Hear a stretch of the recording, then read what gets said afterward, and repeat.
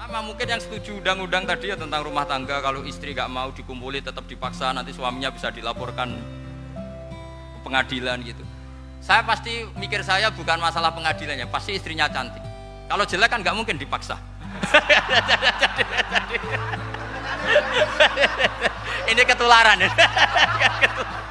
Jadi saya cara berpikir tuh, jadi tak pikir lucunya saja, bukan pikir serius. Ketularan ya, sudah ketularan ya. Karena keburukan itu mudah nular. Assalamualaikum warahmatullahi wabarakatuh. Bismillahirrahmanirrahim. Allahumma sholli wa sallim ala sayyidina Muhammadin wa ala alihi washabihi asma'in nama ba'du. Sedanten ingkang kula hormati, wabil khusus teman bapak kula Kiai Haji Agus Ali Masyuri, beberapa kiai yang tanpa ngurangi rasa hormat, saya hormati semua. Ini ada beberapa Gus. Ini saya ngaji insya Allah seperempat jam. Seperempat jam, nanti yang menghisap Gus Kausar berapa Gus? 10 menit. 10 menit. Begini, sebetulnya saya membela semua umat Islam itu ahlul jannah, karena saya ini ibarat marketing. Kalau orang Kristiani itu kan setiap orang mati sudah tenang bersama Bapak di surga. Jadi kampanye itu menarik sekali. Sementara kita sudah kiai, sudah imam masjid, sudah ulama, masih saja dikhawatirkan su'ul khotimah. Ini kalau kampanye ini tidak imbang, ini nanti saya takut kalah. Makanya saya bilang pokoknya semua orang mukmin itu ahlul jannah. Karena memang asli hadisnya seperti itu, mangqala la ilaha illallah dakhalal jannah. Bahwa kemudian ada beberapa kiai yang mungkin wataknya itu pesimis, kemudian bikin sekian aturan-aturan yang sebetulnya itu cerminan dari pesimisnya, terus akan-akan masuk surga itu susahnya bukan main. Nah itu saya tidak setuju, karena tadi pasti kalah dengan kampanye sebelah yang setiap orang mati dibilang sudah tenang bersama Bapak apa? Di surga. Jadi ini penting. Terus kedua saya bilang, agama ini sudah begitu baik, masa kunci surga sudah dibocorkan, miftahul jannah la ilaha illallah. Masa sudah pegang kuncinya nggak jadi masuk surga, itu kan aneh. Ya sudah masuk saja, tapi tidak usah minta bantuan saya, masuk aja, kan sudah pegang kuncinya. Terus ketiga, kenangan terburuk saya ketika jadi kiai itu gini, saya ada beberapa guru SD datang ke saya, ini agak-agak masalah besar. Gus, boleh enggak buka ujian nasional yang masih disegel? Semua guru bilang nggak boleh, itu kriminal kan. Ada satu guru yang bikin analogi agak kacau. Boleh saja, wong ujian di kuburan saja dibocorkan para kiai nggak apa-apa. Itu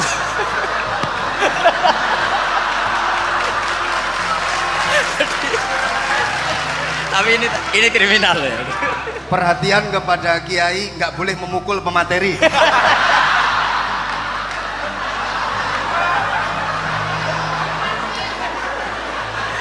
Jadi tentu itu analogi yang salah kan. Marrobuka kan, Tuhan kamu siapa, nabi kamu, Tuhan kamu siapa, nabi kamu siapa, imam kamu siapa. Ini kan sudah dibocorkan oleh para kiai. Artinya apa? Nak raiso jawab kebablasan gitu. Terus guru ini berpikir, kalau ujian akhirat sekrusial itu saja bisa dibocorkan, kenapa ujian nasional tidak boleh? Tentu ini kias yang salah, saya tidak ngajari seperti itu. Tapi saya ngajari ke kalian betapa mudahnya masuk surga. Kunci jawaban sudah dikasih, kunci pintu masuk sudah dikasih. Kok sampai tidak masuk, ini kebablasan. Paling salah gurunya. Jadi ini kenapa saya sering cerita orang mukmin semuanya itu min ahlil jannah, itu saya jamin. Sama tidak usah takut su'ul khotimah, tidak usah takut berlebihan seperti itu, karena setahu saya, setidaknya saya mewakili ulama zaman ini, rata-rata guru kita ini bermadzhab Syadzili dalam berkeyakinan berpikir tentang Allah. Di antara ini yang mulai saya ngomong serius, supaya tadi kan guyonannya sudah diambil Gus Reza sama Gus Kausar. Saya tahu kenapa mereka guyon, kalau ngomong serius takut kalah sama saya.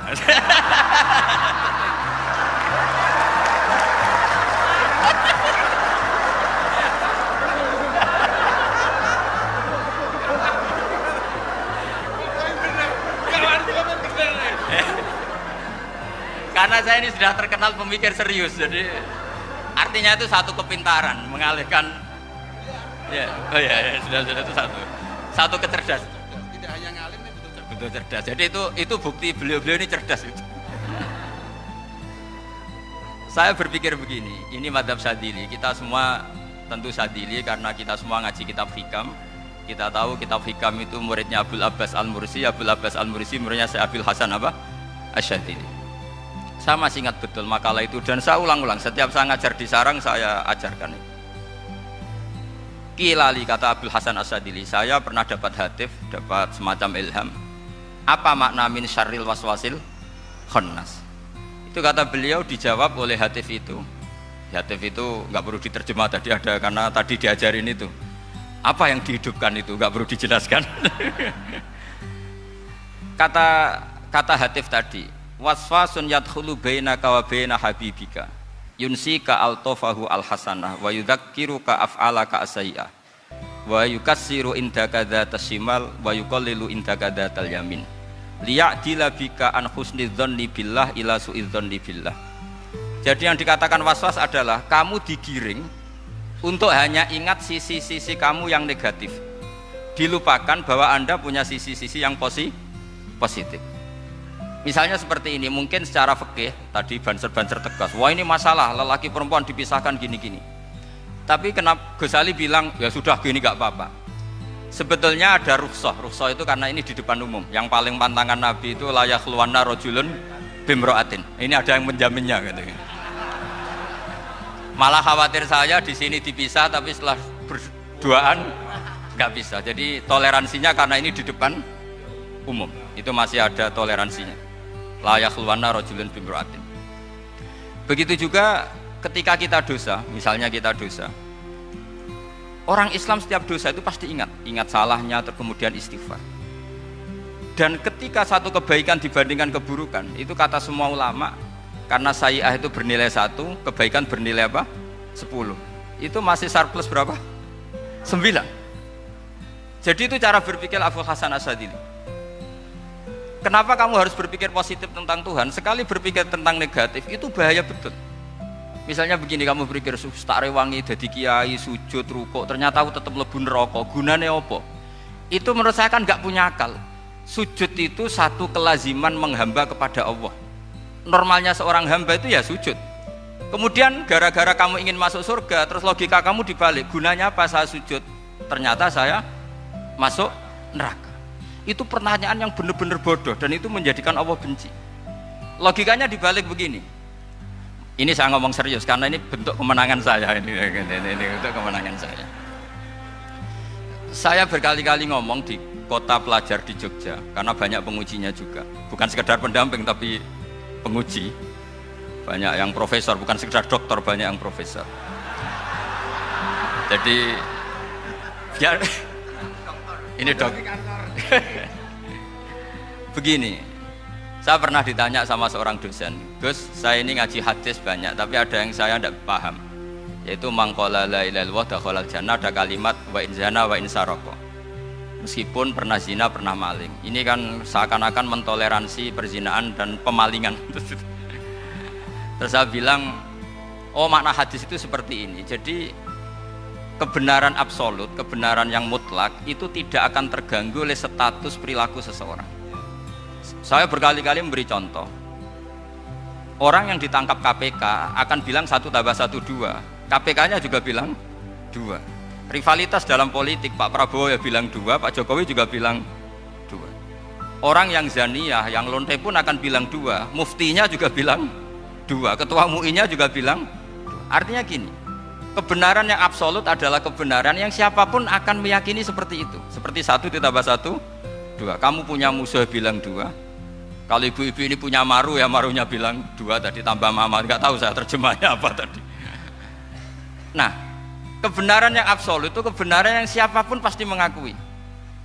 Dan uniknya begini, saya kalau saya pernah ngaji acara himmah, acara pondok sarang di Demak. Kalau kamu bilang 1 ditambah 1 menjadi 2, untuk mengatakan 2 itu kamu butuh hadiah enggak? Mereka semua jawab enggak. Kita semua enjoy saja mengatakan tembok itu putih. Kenapa? Karena memang putih. Kita mengatakan 1 tambah 1 2 karena memang Kita tanpa presentasi dapat hadiah, dapat penghormatan. Kenapa untuk mengatakan Allah itu Tuhan kita butuh surga? Memangnya kalau tidak ada surga Allah tidak jadi Tuhan? Ini problem orang soleh-soleh yang terlalu pesimis. Makanya nanti orang-orang soleh itu masuk surganya berat. Tapi kalau orang alim lebih gampang kira-kira seperti itu. Iya, karena kan imannya lebih bagus. Dalam hadis qudsi Allah ini yang dibuli orang-orang soleh. Laulam akhluk jannatan wala naron alam akun ahlan an uto'ah, dalam hadis qudsi itu. Kalau saja saya tidak menciptakan surga dan neraka, apa saya tidak jadi Tuhan yang perlu ditaati?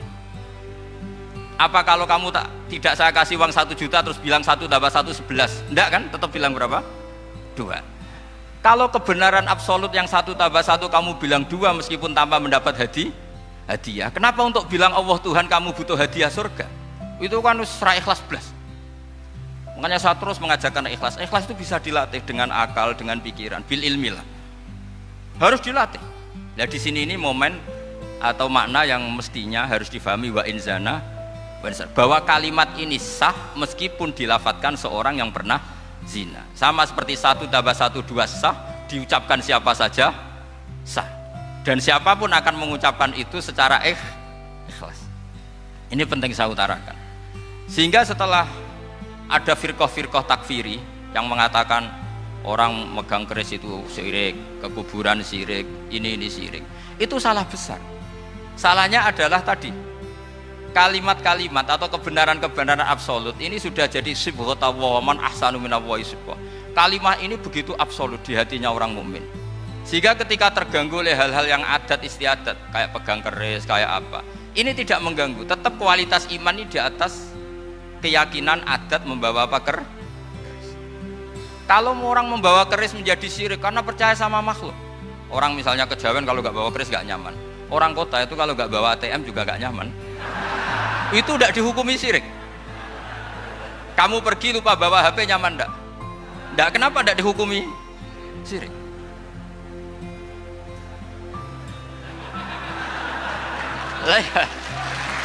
Jadi ini logika. Jadi makanya ini Gus Reza boleh ngeritik saya itu berkali-kali bilang saya termasuk ulama yang mau bikin gerakan cangkem elek. Karena nanti kalau saya nisbatkan ke Rasulullah itu tidak pantas, karena Nabi ahsanan nasi khalqaw wa khuluqa. Tapi saya siap jadi bempernya Rasulullah Shallallahu Alaihi Wasallam. Pernah ada diskusi di Jakarta, ini kisah nyata. Apa dalilnya setelah sholat salaman? Mana hadisnya? Itu dijawab hadisnya tentu kita kesulitan. Kalaupun ada hadisnya dhaif semua yang masalah musafahah. Akhirnya mau tidak mau dijawab pakai cangkem elek. Boleh nggak kamu setelah salam nyalain HP yang off? Boleh.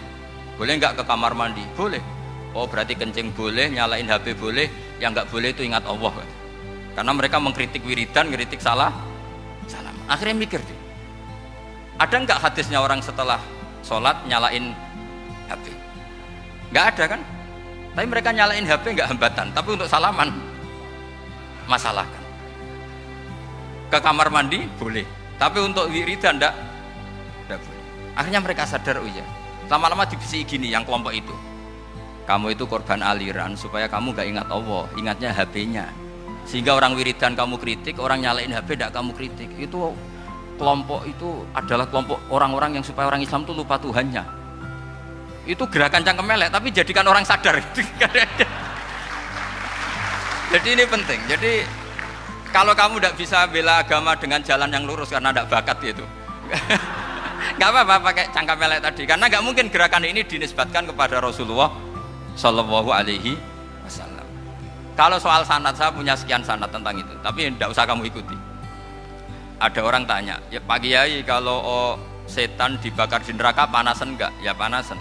Lo kan setan dari api, ngapain harus panasan? Kan materinya sama.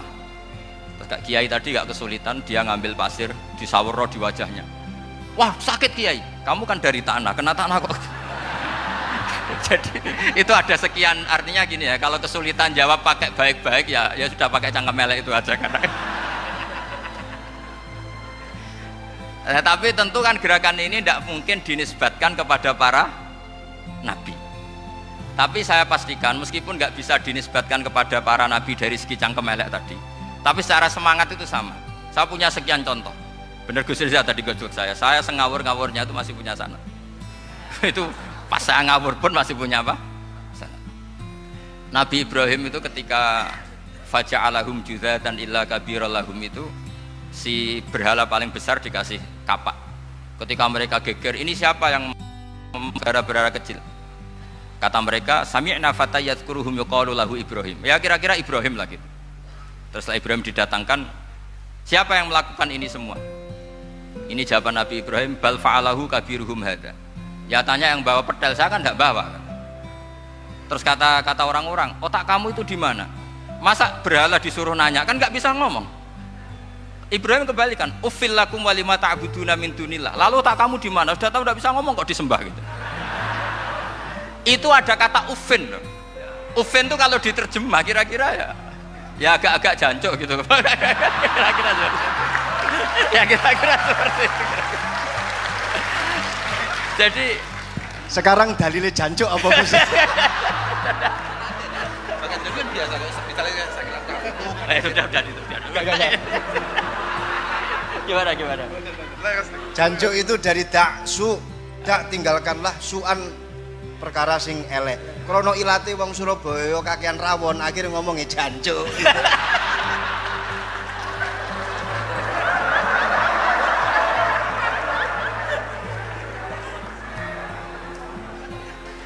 Jadi mulai dulu melawan kebatilan itu harus pakai logika yang vulgar. Karena memang nggak mungkin dengan bahasa-bahasa priayi itu nggak mungkin. Dan ini penting saya utarakan.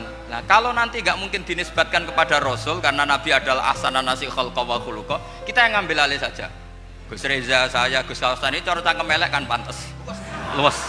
Selain bakat ya sudah natural. Karena memang itu cara kita menjelaskan kebenaran.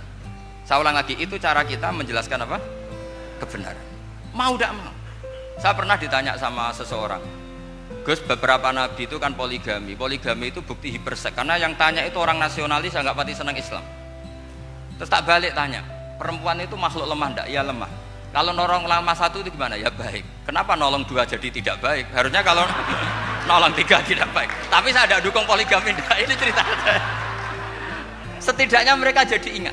Saya itu pernah ditanya agak-agak orang ateis. Dia benci Islam tapi neliti Islam. Pertanyaan kedua, kenapa dalam perang itu seakan-akan Nabi itu perampok? Hartanya orang kafir disita kemudian menjadi ghanimah. Itu kan kayak ngerampok. Terus saya tanya gini, kalau ada penjahat ke rumah kamu kemudian pakai senjata api, setelah kamu ringkus, itu senjata api kamu kembalikan apa kamu sita? Oh ya saya sita, kalau tak kembalikan dipakai ngerampok lagi. Ya sama seperti itu, kalau kekuatan mereka dikembalikan akan dipakai kekuatan mereka lagi. Jadi ya lagi-lagi ini kemenangan orang serius. Karena nanti guyanya sudah dientekno sama Gus Safa sama Gus Riza. Nah, kenapa saya ngajar begitu rileks, begitu santai? Karena pikiran saya sederhana. Fa innal uqula muttarratun ila qabilil haq. Akal sehat pasti dipaksa menerima apa? Kebenaran. Sehingga kebenaran itu tidak usah kamu ngomongkan secara serius, secara tidak perlu. Kebenaran itu mudah diterima. Saya itu pernah ngaji berkali-kali di Jogja di mana-mana sampai ada buku seorang dokter nulis tesisnya itu bangga lagi menjadi muslim setelah ngaji saya itu. Karena saya menerangkan itu ringan. Orang Islam itu harus mencintai Allah. Ciri utama cinta itu tidak tegang, rileks. Saya bilang begini, kalau kamu pernah 1 tahun digratisi orang rumah, makanan, kamu kira-kira itu mudah nggak mencintai orang yang berjasa sama kamu minjemin rumah dan kasih makan gratis? Mudah kan? Apalagi kita ini mudah mencintai orang yang minjemin mobil 1 tahun, ngasih rumah 1 tahun, apalagi selamanya. Kenapa kita tidak mudah mencintai Allah yang memberi kita bumi, air, oksigen, semuanya kita dikasih Allah? Akhirnya mereka mikir, wong mencintai seseorang yang ngasih dalam durasi 1 tahun saja mudah, apalagi mencintai Allah yang ngasih kita tanpa batas. Itu disebut walladzina amanu asyaddu hubbal lillah. Orang mukmin itu mudah sekali mencintai Allah. Caranya dilatih tadi. Kita mudah mencintai orang yang berjasa sama kita. Kenapa tidak mudah mencintai Allah yang tentu jasanya lebih besar? Nah, karena akhir-akhir ini banyak orang yang terlalu nazir, terlalu kata Nabi kan basyiru wala tunafiru yasiru wala tu'assiru. Sehingga saya bikin gerakan. Pokoknya semua orang mukmin pasti masuk surga. Nanti soal ada kesalahan-kesalahan kecil yang menjadikan orang su'ul khotimah itu sifatnya kehati-hatian. Jangan menjadi hukum. Hati-hati itu tidak menjadi hukum. Kalau kamu nyupir hati-hati itu bukan berarti pasti kecelakaan, enggak. Hati-hati itu ya hati-hati saja, tidak menjadi hukum. Ini penting saya utarakan karena kubu sebelah kampanyenya sudah tadi, setiap mati pasti tenang bersama Bapak di surga. Sementara kita mau kampanye, kamu sholat tidak mesti diterima, haji tidak mesti diterima, jadi kiai tidak mesti masuk surga. Coba kalau kita kampanye gitu terus, yang mau jadi muslim itu siapa? Jadi ini sudah tak perhitungkan matang-matang, saya milih mazhab seperti itu. Ya ini saya pikir sudah, ini pembandingnya supaya punya waktu. Saya suka sekali. Nah ini yang sesi terakhir ya, sesi terakhir. Saya akan cerita fikih karena Nyun sewu Gus, ada iklan sebentar dari ibu-ibu, pentolan mic kurang dekat ke mulutnya Gus Baha. Sehingga suaranya tidak terdengar sampai ke belakang. Oh, gitu, pentolannya didekatkan Gus Oh, ke mulut. ini kalau ngomong konotasinya itu mesti nyerempet. Sudah apa ya? Sudah ahlinya di situ. Ya malah ada di situ.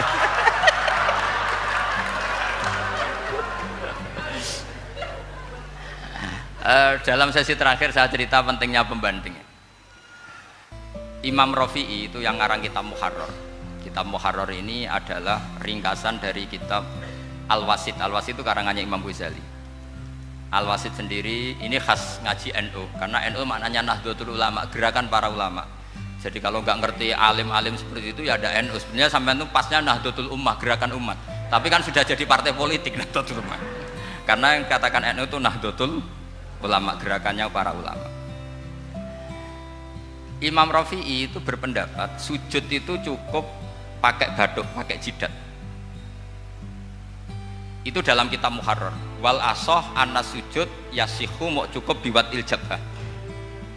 Ketika Imam Nawawi mentasih kitab Muharrar namanya Minhajut Thalibin, itu mengkritik Imam Rafi'i. Kata beliau sujud itu untuk sah harus melibatkan 7 anggota karena berdasar hadis umirtu an asjuda ala sapati a'zumin, yaitu al jabhah wal yaden warubaten wal kodamen, yaitu jabhah 2 tangan, 2 lutut dan 2 kodamen.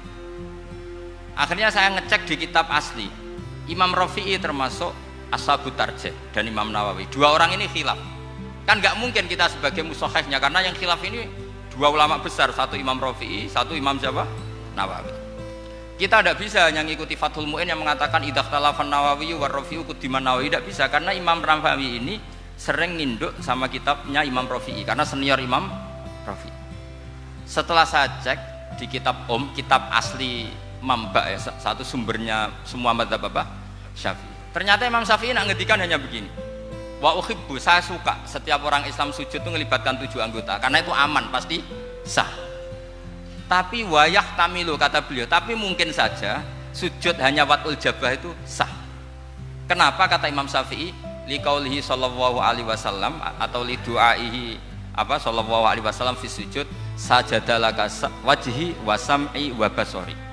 Nabi ketika sujud itu hanya berdoa, ya Allah sujud kepada engkau wajhi wa sam'i wa basori. Nabi tidak menyebut wayadi wa rubati wa qadami. Sehingga saya berkali-kali bener kata Gus, saya ini pembela umat sing sujudnya 7 anggota ya tak lem pantes dadi Rais Suriah. Itu yang sujudnya bathuk tok ya tetap sah ngikuti madhabnya Imam Rafi'i, meskipun itu tidak saya anjurkan, tentu tidak saya anjurkan. Alasannya Imam Syafi'i tadi, Rasulullah pernah berdoa dengan kata-kata sajadalaka wajhi, bukan diteruskan wayadi warubati wakoda. Sehingga fal khilaf huna bakin ala khiddati, kalau dalam bahasa fikih khilaf biar tetap sesuai aturan khilaf masing-masing. Nggak perlu kamu menggugurkan pendapat Rafi'i yang mengesahkan sujud hanya pakai jabah.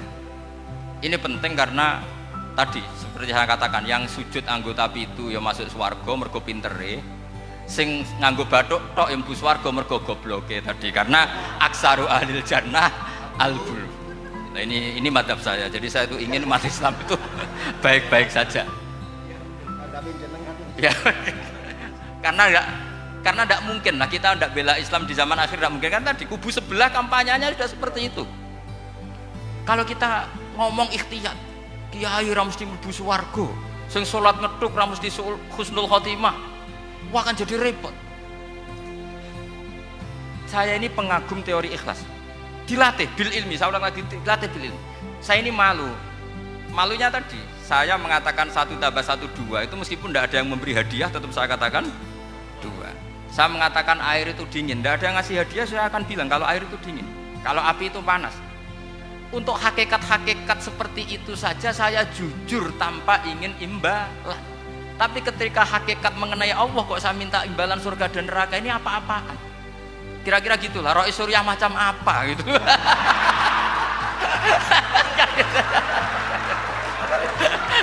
Ya saya kira demikian. Assalamualaikum warahmatullahi wabarakatuh. Waalaikumsalam warahmatullahi wabarakatuh. Alhamdulillah. Baru kali ini ada seminar yang dikritik terus sama pemateri itu pendampingnya. Mestinya pembandingnya. Tapi luar biasa para milenial semuanya, Masya Allah, terlihat wajah-wajah surga di majelis ini. Walaupun toh yang hadir tidak semuanya milenial, ada post milenial juga di sini. Ada yang Gus dan juga ada yang Kiai. Kalau Gus biasanya kan masih bisa tolah-toleh, kalau Kiai harus fokus. Tapi yang paling fleksibel di PWNU Jawa Timur, yang paling enak itu adalah beliau, Kiai Haji Agus Ali Mazhuri. Enaknya pripun? Dadi Kiai ya iso, dadi Gus ya iso. Itu posisinya paling enak di antara pengurus-pengurus yang lain. Tepuk tangan untuk beliau, enggak apa-apa. Langsung saya buka pertanyaan. Yang ditanya 2 orang, jangan pendampingnya. Yang ditanya 2 orang. Kalau enggak Gus Baha, Gus Kausar. Saya hitung sampai 10, enggak ada pertanyaan, kita tutup dengan doa. 1, 10. Ada yang 2 mawon nggih, pertanyaannya 2. 1, monggo. Yang perempuan, saya ingin yang perempuan, monggo. Sudah 2. Silakan.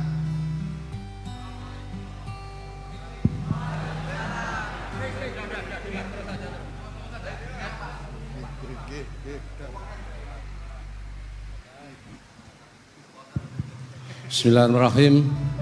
Assalamualaikum warahmatullahi wabarakatuh.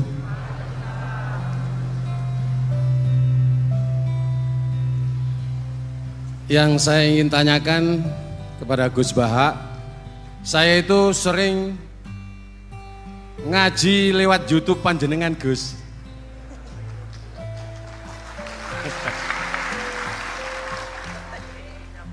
Insya Allah ilmu saya tambah walaupun tidak banyak. Yang saya tanyakan, nopo ilmu kula niki barokah? Yang pertama, karena saya ngaji lewat YouTube panjenengan, saya tidak izin. Untuk itu hari ini saya izin panjenengan, mudah-mudahan ilmu ingkang saya dapat dari panjenengan niku saged barokah niku Gus. Terima kasih. Wassalamualaikum warahmatullahi wabarakatuh. Waalaikumsalam warahmatullahi wabarakatuh. Langsung mawon Gus nggih, yang satunya dulu. Ya Pak Haji. Oh gitu. Monggo Gus. Itu tetap barokah dan kebaikan itu mah nggak perlu minta izin. Kalau kebaikan minta izin jadi repot. Jadi kalau dalam kitab fikih disebut iktifaan bil idzni syar'i, karena syara akan selalu memberi izin sama kebaikan. Itu udah hanya masalah YouTube sampean. Tadi melihat wajah Gus Ali ibadah, pamit dulu. Nanti kalau ada orang alim lewat mau lihat juga pamit dulu. Lama-lama mau baca sholawat, ya Rasulullah pamit dulu mau baca sholawat. Jadi semua kebaikan itu cukup iktifaan bil idzni syar'i. Ya jelas ini ya.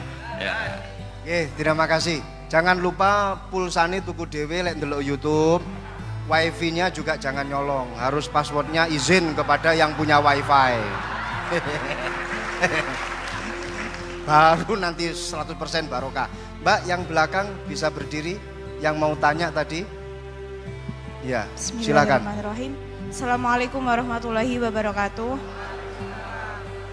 Mohon izin Yai Gus, saya di sini mau tanya. Selain sebagai pelajar santri, saya juga sebagai seorang mahasiswi di salah satu universitas di Surabaya. Yang saya tanyakan sebagai pemuda milenial, kita semua tahu bagaimana keadaan demokrasi negara Indonesia saat ini. Yang saya tanyakan, bentuk dari hubul waton minal iman. Hubul waton di sini, bolehkah saya sebagai seorang mahasiswi menyuarakan pendapat saya, berjuang bentuk ijtihad demi keadilan berupa demonstrasi?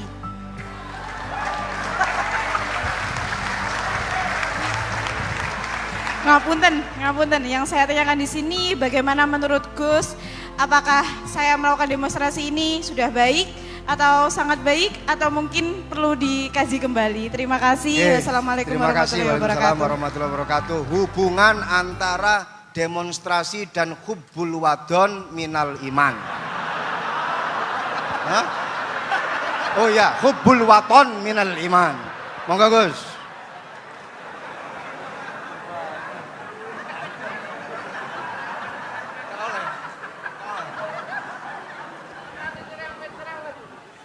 Ini benar-benar ahli.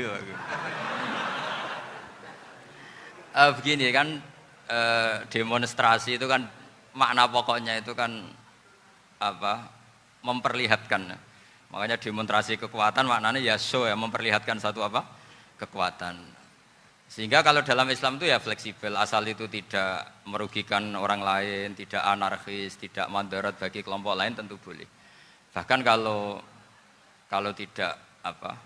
Menyuarakan suara kita tentu dengan cara-cara yang tetap islami ya, itu malah kita disalahkan karena berarti tidak ikut bertanggung jawab terhadap proses bernegara, tapi tentu disuarakan secara konstitusional dan secara baik. Kemarin pas demo di Jogja yang ramai itu masalah rancangan KUHP itu, rektor UI juga ketemu saya, pamit Gus mau demo aja. Ya tapi yang baik dan sopan karena begini ya, di Quran itu ada ayat walau la daf'uhinna safa'atuhum bi ba'dil fasadatil ard. Jadi kekuatan manapun itu harus dikontrol. Tentu kontrol itu macam-macam. Tapi tentu saya ulang lagi, jangan anarkis, jangan melakukan sesuatu yang kontraproduktif. Jadi menurut saya pernah ditanya, Gus kalau pemerintah itu didukung 90% rakyatnya bagus enggak? Ya bagus, berarti presidennya hebat, didukung mayoritas rakyat. Kalau hanya 55 ya bagus. Presidennya biar tahu, biar hati-hati karena dipilih separuh lebih sedikit gitu. Lah kok bagus semua? Ya emang harapan kita sama Allah semuanya baik semua kata saya gitu. Jadi susahnya apa sih kita melihat sesuatu itu, asal agama ini kan gampang, asal tidak maksiat itu baik. Asal gak maksiat itu baik. Ma khuyyira Rasulullah baina amrayni ilakhtara aisarahuma malam yakun isman. Jadi demo itu bukan, nah kalau demo yang diharamkan sebagian fatwanya ulama tentu yang maknanya yang anarkis. Kalau yang dihalalkan tentu maknanya yang tertib. Itu biasa dalam hukum fikih. Rasulullah ngendikan A, mahmalnya seperti ini. Rasulullah ngendikan B, mahmalnya seperti ini. Karena kadang ngendikanin Nabi cara zahir itu berlawanan. Misalnya Nabi ditanya, amal paling baik apa ya Rasulullah? Nyaur utang gitu. Karena biasa yang ngemplang mungkin yang tanya itu tukang. Tapi kadang Nabi jawab birrul walidain. Kadang jawab as-sholat li awwali waktiha. Karena penanyanya ini beda. Gimana? Takut nggak tahu sholat. Ya, takut nggak tahu sholat kata beliau. Kan gitu. Jadi ini penting saya utarakan karena zaman Nabi itu ya biasa Nabi misalnya ngendikan sesuatu gitu. Terus ada juga sahabat yang memperlihatkan pendapatnya, tapi tidak niat bantah. Masyhur itu dalam tarikh. Saya beri contoh yang masyhur itu. Nabi pernah sholat duhur itu 2 rakaat. Sebagian riwayat mengatakan asar, tapi yang lebih kuat itu duhur. Setelah 2 rakaat Nabi sholat, itu akabirus sahabat papan atas itu tidak ada yang ngendikan karena mereka sopan semua, tahu etikal. Setelah Nabi pulang sudah dekat pintu, ada sahabat yang berdiri. Ya Rasulullah, aku siroti sholatu amnasita. Ini sholat model kosor, apa engkau lupa? Tapi sahabat yang nggak tanya, ini niatnya malah lebih agak-agak buruk. Baguslah kalau sholat terbaru 2, berarti besok ya 2. Karena pakai teori nasah mansuh, berarti hukum itu pakai yang terbaru. Jadi gayanya tidak tanya tapi lebih sama mungkin yang setuju undang-undang tadi ya tentang rumah tangga, kalau istri nggak mau dikumpuli tetap dipaksa, nanti suaminya bisa dilaporkan ke pengadilan gitu. Saya pasti mikir saya bukan masalah pengadilannya, pasti istrinya cantik. Kalau jelek kan nggak mungkin dipaksa. Ini ketularan ya.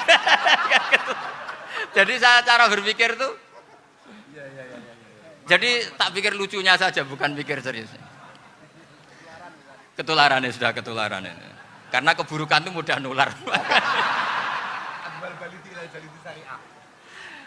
Akhirnya Nabi kembali lagi, enggak, kullu dzalika lam yakun, semua itu enggak terjadi. Tapi Nabi sebagai orang yang sangat, ya sebenarnya enggak boleh dibahasakan sangat demokratis, sangat bijak. Nabi kembali lagi ke mimbar terus tanya, ahakun maqalahu dzulyaten, apa betul yang dikatakan dzulyaten tadi? Kata sahabat semua, betul ya Rasulullah, tadi engkau sholat hanya 2 rakaat. Nabi kemudian takbir lagi, meneruskan 2 rakaat terus salam.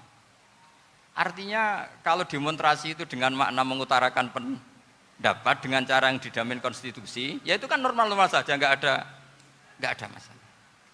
Saya pernah dereno bapak, itu ada pertanyaan yang benar-benar mengusik saya. Ada orang miskin datang ke bapak, Pak Yai, jadi wong melarat itu ra enak. Sajane ya wis suwe dadi wong melarat ra enak. Itu pas Ramadan. Kenapa kata bapak? Bapak saya itu teman akrabnya Gus Ali, senengannya ya guyon, mau meninggal aja masih guyon. Bapak itu guyon terus. Kenapa aja? Sudah puasa nggak makan, buruh orang, macul itu kan berat. Mau istirahat nggak boleh karena buruh orang. Enak jadi wong sugih puasa diam di rumah gini-gini terus. Terus kata bapak saya gini, enak wong melarat. Jadi wong sugih nak puasa berat. Kok sakit ya? Esok mangan pecel, awan rawon. Enggak sore sidik sate. Jadi yang harus ditinggalkan itu banyak. Nak sampean kan biasa meninggalkan itu semua. Semenjak itu dia, oh iya, nak ngono podo-podo abot. Jadi hasutnya pada orang kaya terus nggak ada. Nah ini pentingnya ilmu. Jadi pentingnya pendamping tadi itu. Setelah diberi jelasan, oh maturuni ternyata podo-podo abot gitu. Dia nggak tahu susahnya jadi orang kaya. Ya sama seperti tadi. Ya saya puasa. Kerja gini-gini bojo sitok elek terus dari yang bojone 4 cantik semua abot aku.